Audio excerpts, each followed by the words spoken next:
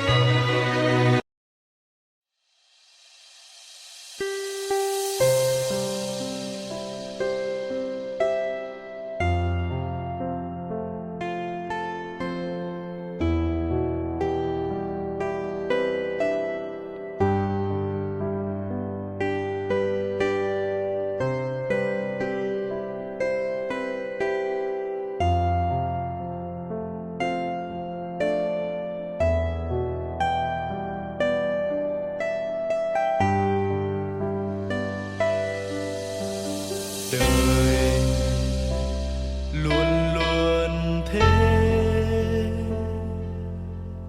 hãy sống và yêu thật lòng. Có ai biết trước ngày mai như thế nào, hãy cứ trân trọng xung quanh ta. Cười lên, ngày mai đã đến. Ta cảm ơn cuộc đời đã cho ta thấy bình minh. Hạnh phúc là đây, tìm kiếm đâu chỉ xa vời.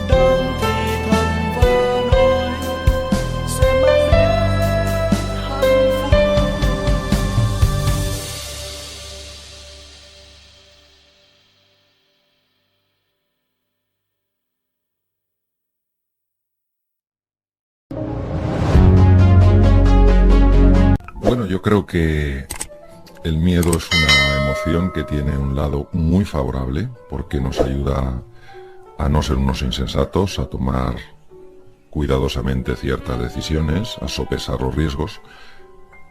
Y sin embargo hay otra dimensión del miedo que es profundamente paralizante, que nos hace correr de manera enloquecida, llevados por el pánico, que nos lleva a atacar a los demás como si ellos de entrada pretendieran agredirnos.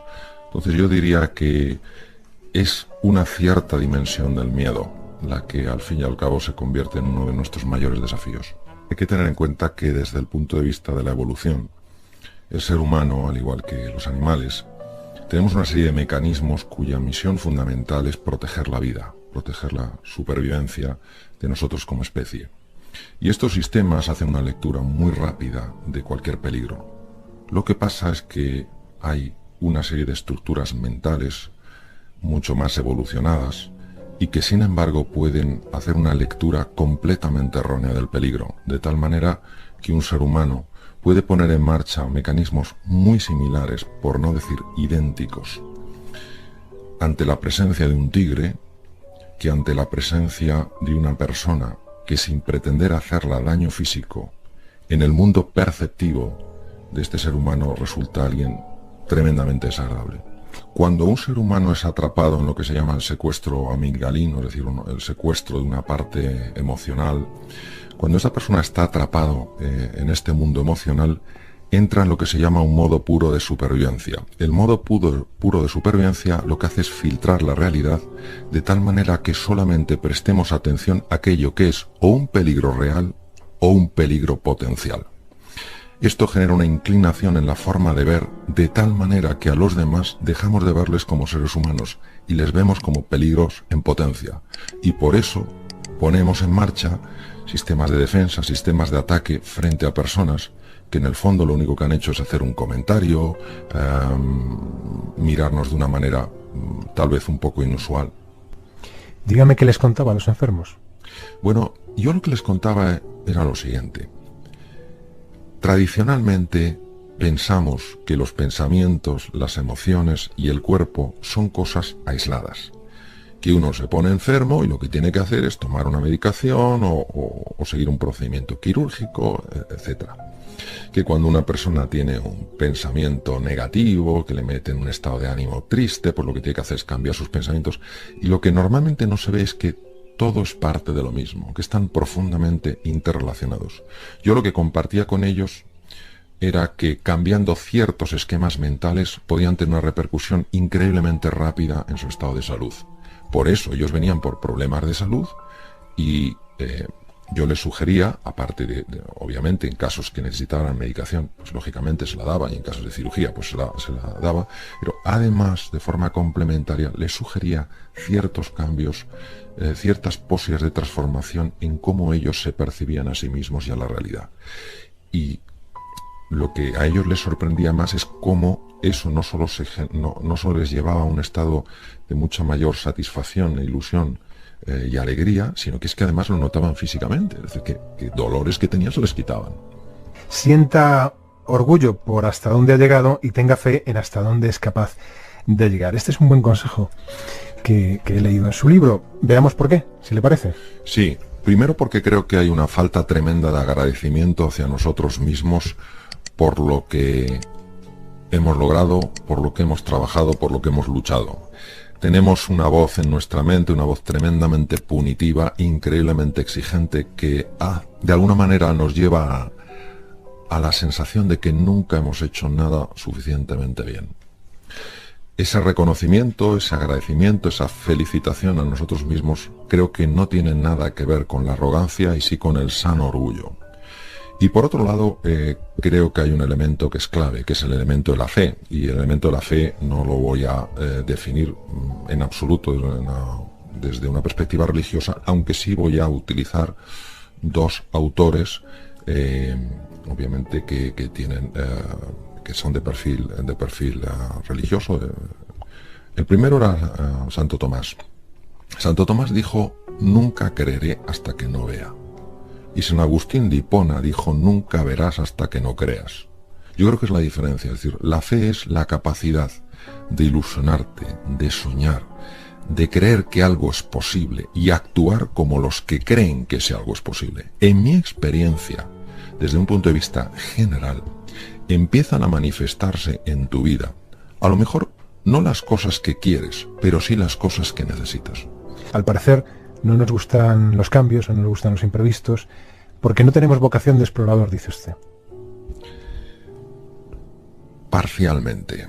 Hay una parte del ser humano que sí tiene esa vocación de explorar. Y de hecho procedemos de un ser con muy pocas capacidades físicas, con unas muy limitadas capacidades intelectuales, que apareció hace 2,5 millones en el este de África, el Homo habilis, y aquí estamos nosotros, y si él no hubiera explorado, pues nosotros no existiríamos. Pero hay otra parte en nosotros que se resiste de forma manifiesta a todo tipo de cambio. ¿A qué me refiero? Es a lo que se denomina cosmovisión o representación interna. Son mapas que tenemos en nuestra mente, que de alguna manera nos hacen creer que lo que percibimos es lo real. Cuando la realidad intenta imponerse a través de un proceso de cambio, muchas veces nos aferramos a esos mapas. Queremos que lo que nos ha servido para navegar en el pasado nos siga ayudando a navegar en el futuro. Y hay cosas en ese mapa que tienen que ser cambiadas. A esta resistencia al cambio me refiero. Y yo creo que usted habla también de una aventura interior, ¿no? Sí, es curioso la mitología que dice que la máxima autoridad entre los dioses griegos, el dios Zeus, en un momento determinado cogió un águila en cada mano, la soltó y ambas águilas se unieron en un punto en el mundo. El punto donde se unieron fue el templo donde se construyó luego el templo de Apolo. En el templo de Apolo, en la entrada hay una piedra con una máxima o una cita que es: conócete a ti mismo. Yo creo que el ser humano no tiene ni idea de quién es. Digamos que hay 3 capas en el ser humano. La primera es quiénes somos en realidad. Es el ser en letras mayúsculas. Es nuestra esencia, que es por naturaleza hermosa, bella, capaz, inteligente. Hay una serie de razones que nos llevaría tiempo explicar, por las cuales el ser humano, empieza a tener una idea de sí mismo que no se ajusta para nada. Entonces genera una sensación de que no es suficientemente capaz, no es suficientemente bueno, no es suficientemente querible. Eso es la capa que se llama del temo ser, yo temo ser así. Como nadie se manifestaría de una manera fácil mostrando aquello que teme, ha de crear una nueva capa. Esa capa es el pretender ser. Conocer el ser humano es traspasar esas capas de la cebolla y tocar su esencia. Y como decía Nelson Mandela en el discurso como presidente de la nación de Sudáfrica, dijo, utilizando unas palabras de una filósofa norteamericana, Marianne Williamson, dijo: el ser humano no tiene miedo a su oscuridad, el ser humano tiene miedo a su luz. ¿Quiere decirme que es el camino del héroe? Todas las mitologías, tanto las orientales como occidentales, comparten una serie de puntos en común. Joseph Campbell ha sido, porque ya falleció, uno de los máximos eruditos en mitología. Junto con el psiquiatra Carl Gustav Jung, suizo, se interesó muchísimo por los arquetipos, por aquellas figuras mitológicas que estaban presentes en todas las culturas. Y en todas las culturas hay una figura que es el héroe. El héroe, no pensemos que es un ser grandioso, un ser invulnerable. El héroe es una persona que en un momento determinado, cualquiera de nosotros, cualquier persona normal, escucha una llamada. Y esa llamada es adentrarse en un territorio nuevo, en un mundo desconocido. Y a pesar de que no puede controlar ese entorno, da un paso adelante. Empiezan a ocurrir una serie de cosas en ese mundo, empieza a encontrarse con lo que se llama sus ayudas y sus sombras. Y a través de caminar por ese terreno desconocido, descubre de sí mismo cosas que le ayudan a transformarse. De tal manera que cuando vuelve al mundo del que partió, es un ser que se parece mucho más a quien es en realidad, no a quien creía que era. Lo que vemos no siempre es bueno. Es mejor verse en todo caso. Bueno, yo creo que la palabra bueno o malo habría que definirla con bastante cuidado. porque cosas que no nos parecen buenas ahora, luego resulta que son cosas fantásticas después. Cosas que nos parecen malas ahora, pasado el tiempo, pues son cosas que nos ayudan mucho a crecer. Yo creo que el ser humano ha de observarse a sí mismo no enjuiciándose como bueno o malo, sino intentando comprenderse. Entonces yo quitaría, no quiero decir por supuesto que no exista ni una ética ni una moral, por supuesto, en el campo del que estoy hablando yo es el campo de la consciencia. Entonces la consciencia no se amplía juzgándose, la consciencia se amplía observándose con un espíritu de curiosidad y de fascinación, como decía Albert Einstein, abriéndonos la belleza al misterio. Pues no sé si existen recetas, guías, consejos para avanzar por ese camino del héroe. Sí. No hablaría tanto como receta, sí hablaría más como guías. La guía para avanzar en el camino del héroe, la primera que yo describiría es la guía de la humildad. La palabra humildad no goza de especial glamour y sin embargo procede de la raíz latina humus, que es lo que fertiliza la tierra. Yo creo que la humildad es la virtud más importante de todas porque es aquella que nos permite acercarnos a las cosas con la mirada limpia de un niño, sin ir con prejuicios, con ideas preconcebidas, con ideas de se ajusta o no se ajusta a lo que yo pienso, sencillamente abriéndose a la experiencia. La segunda cualidad creo que es el valor. El valor no quiere decir no tener miedo, el valor quiere decir no dejar que el miedo te paralice en aquellas cosas que son realmente importantes. Hace tiempo escuché a un grandísimo amigo mío, maravilloso escritor, persona excepcional, que es Alex Rovira. Y Alex Rovira comentaba una frase de Platón, que es: todo ser humano puede ser un héroe por amor. Entonces, el valor es ese compromiso de dar la cara, de defender aquello que verdaderamente merece la pena que se defienda. Lo tercero, creo que es un cierto sentido de aventura y de curiosidad. Nuestro nivel de felicidad tiene mucha relación con el nivel de incertidumbre en el que nos podemos introducir y en el que a su vez nos podemos sentir cómodos. Sin esta hambre, sin esta sed por crecer o por evolucionar, creo que es difícil avanzar por el camino del héroe. Y creo que hay otro punto, para no extenderme más, que es el de la contribución. Yo creo que el camino del héroe no es un camino que se recorre solo. Yo creo que el camino del héroe es un camino que se recorre para beneficiar a otros. ¿Con el estrés justo? Sí. Hay que distinguir tres conceptos fundamentales. El primero es podríamos decir, una situación neutra, donde algo no tiene demasiado impacto para mí, con lo cual, bueno, pues tampoco tiene una implicación emocional significativa. Luego hay un punto en el que yo me encuentro con un desafío, y en ese desafío se activan mecanismos que me dan más potencia para hacerle frente. Y luego hay una situación, que es la situación disfuncional, en la cual frente a un desafío yo me siento impotente. Es normal que frente a un desafío un ser humano sienta miedo y sienta a la vez entusiasmo, sienta dudas y sienta a la vez certeza. Y esto no es un dilema, es un contraste, se puede sentir la una y la otra. Cuando una persona se sube a una montaña rusa, tiene un poquito de miedo porque las montañas rusas, francamente, algunas dan un poquito de miedo, pero también tiene su punto de ilusión y de entusiasmo. Donde entramos en un estado disfuncional es cuando queremos cambiar las cosas que están lejos de nuestra área de influencia y nos desgastamos ahí, y en aquello que podemos cambiar, ahí manifestamos una profunda sensación de impotencia. La palabra estrés, aquí hay un concepto que es importante matizar. El verdadero significado de una palabra, el verdadero significado en cuanto al significado de nuestra vida, no viene descrito en el diccionario, viene descrito por el cajón de emociones que abre en nuestro interior. ¿Qué pasa? Que la palabra estrés automáticamente está asociada con algo negativo.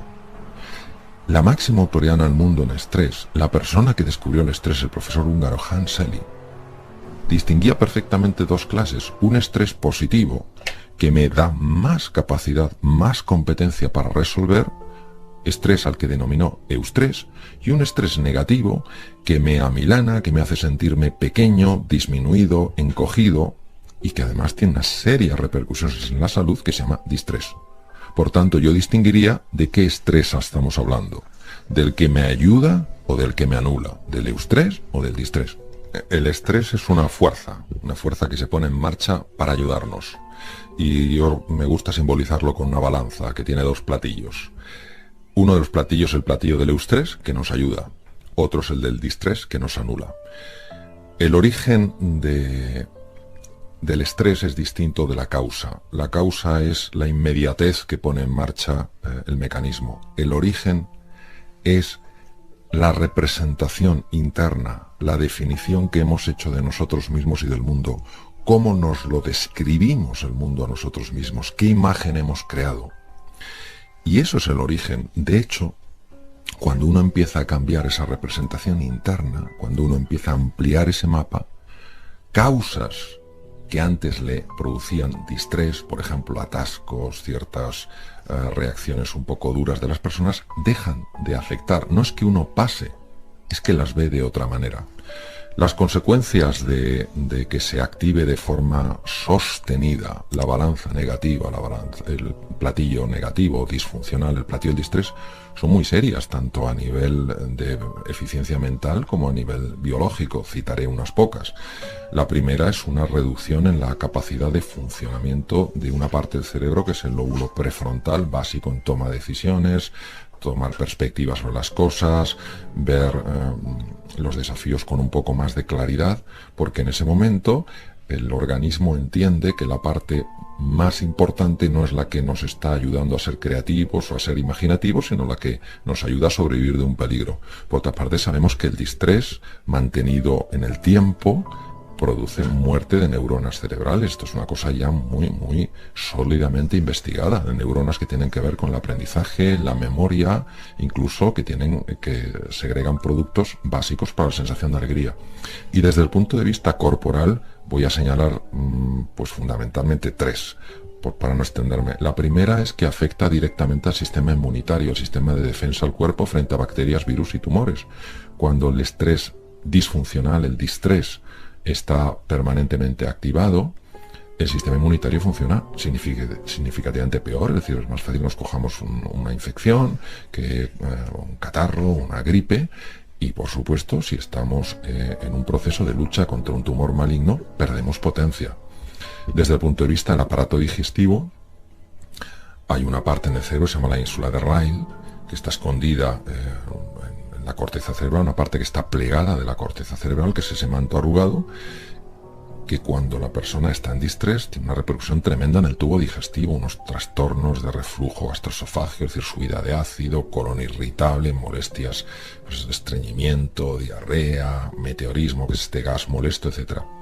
Y desde el punto de vista de la composición de la sangre, el distrés genera un aumento de producción de colesterol y triglicéridos en el hígado, lo cual no nos beneficia porque la sangre es mucho más viscosa y este manto lipídico, este manto graso se incorpora a la íntima, a la capa interior de las arterias y favorece luego pues, todos los problemas de obstrucción vascular. Claro.